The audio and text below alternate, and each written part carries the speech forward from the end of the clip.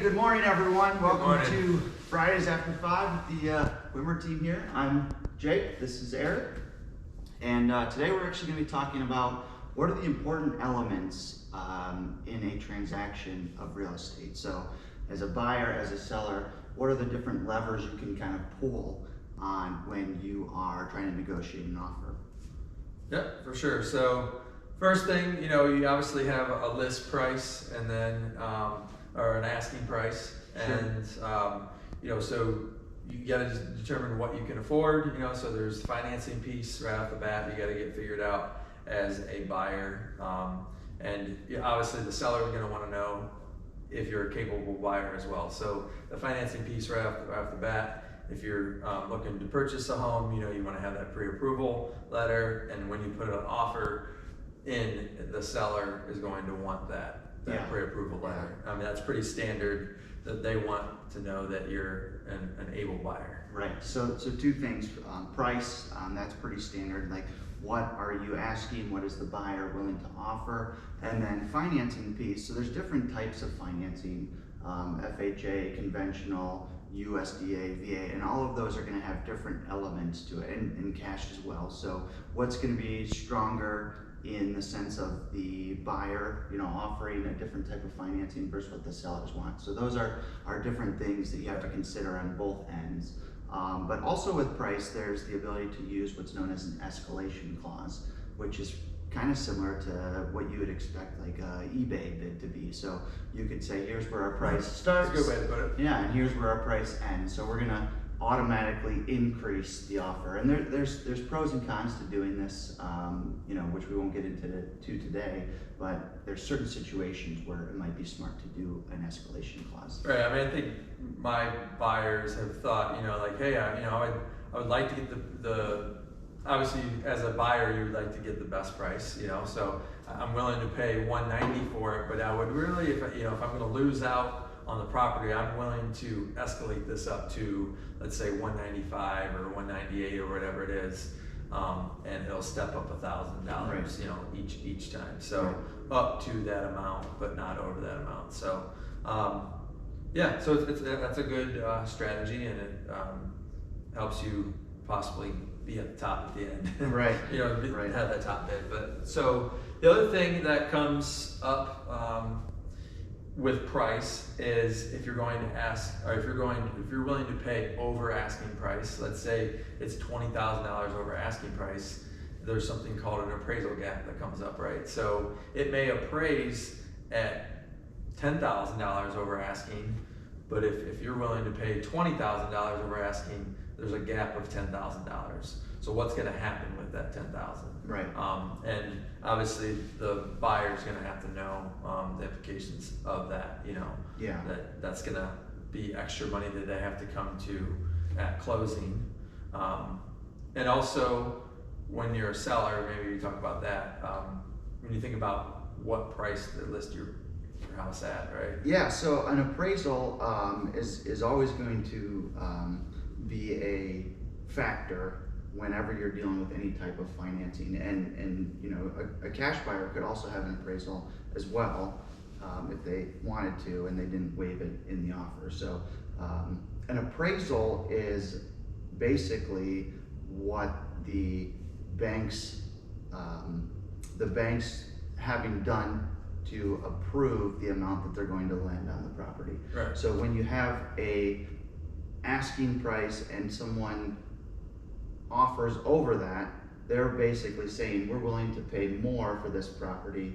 However, the appraisal will need to justify that amount in most cases. Right. An appraisal gap addendum in an offer will allow the terms of the what's going to happen basically with that, if there is an appraisal gap, to be negotiated before the actual appraisal comes in. So Right. A lot of times, if there is a discrepancy in the appraisal, a negotiation will happen after the fact, but this is allowing a buyer to go in and reassure that they will cover any certain terms that are in there however they see fit. So it's just another tool to utilize to kind of do that up front as opposed to waiting for the appraisal to happen and there being some risk involved. Yeah, yeah.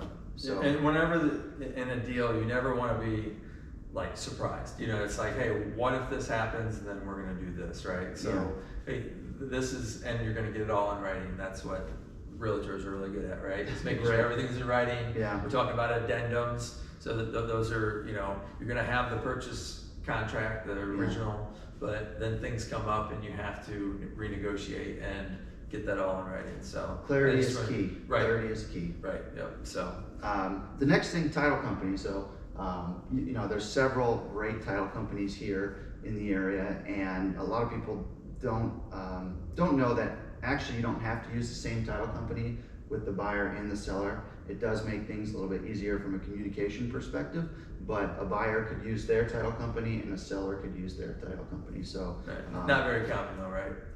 You know, it's one of those things that it's a case-by-case basis. So some people have different relationships at different companies that they want to work with, so they choose. But you know, a lot of times people do keep it under the same roof, just so you know the communication is very concrete and and timely. The next thing, you're gonna have to know as a buyer what type of earnest money that you want to put down. A lot of times, you know, 1 to 2% of the purchase price is somewhat standard, but you could, as a strategy, put a larger amount down just to show that you're serious.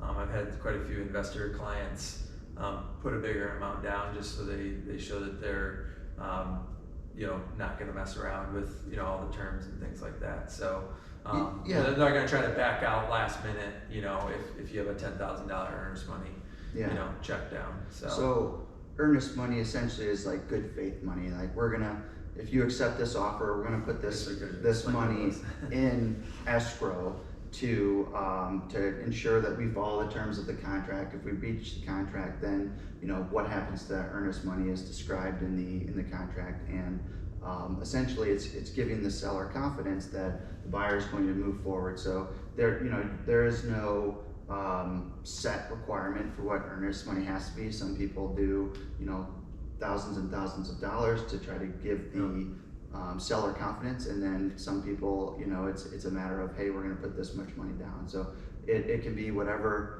the buyer wants to put in the offer. As a seller, you know, that's what you're kind of basing on. If they are to, you know, breach the contract, then we could potentially go after that earnest money as a loss of time, marketing, and damages that way. So the other thing, do we want to do concessions next? Yeah.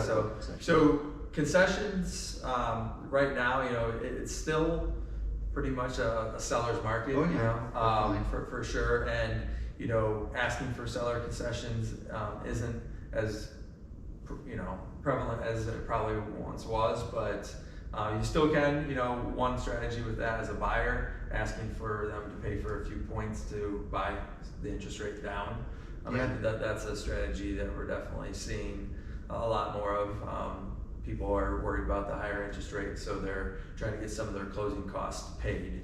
And I feel like more and more it's becoming something that you can ask a seller. Yeah, absolutely. You know, I mean, for sure, you know, it's, you know, hey, we're giving you a pretty good price, you know, we're buying it at a good price, but, you know, work with us a little bit here, and, you know, on the closing cost side of things. Yeah, so definitely another tool to be utilized both by buyers and sellers. And concessions are really anything that are going to be a transfer of value. So from a buyer's perspective, you could ask for a portion of closing costs, points, things of that nature. And how basically it's, you know, whatever your offer is in price, the concessions, if it's a dollar value, will kind of subtract from that to get your net value. So if you're asking for $100,000 list price, they're offering 100, but they want 5,000 closing costs. It's really 95. Correct. Yeah. So, so sometimes in this transactional world, it's like there's this pot of money, you know, coming to the table, and what's that? You know, at the end of the day, you're just kind of working with that pot of money, right? So you said $100,000, you know, you're going to work through a deal, and at the end of the day, it might be 98, it might be 102, it might be 95 or whatever, Right. so you're just working back and forth to make a deal happen, really. Yeah, and So- that's the same thing with our next item, inspections. Yeah. So, a buyer has the right to inspect the property, and if they find things that are unknown at the time that they make the offer and the offer is accepted, Yeah. there's an opportunity to look at a couple different ways, have the seller fix the repairs, do nothing and just accept the property as it is, renegotiate some either concessions to help the buyer fix those repairs, or have the purchase price reduced. Reduction,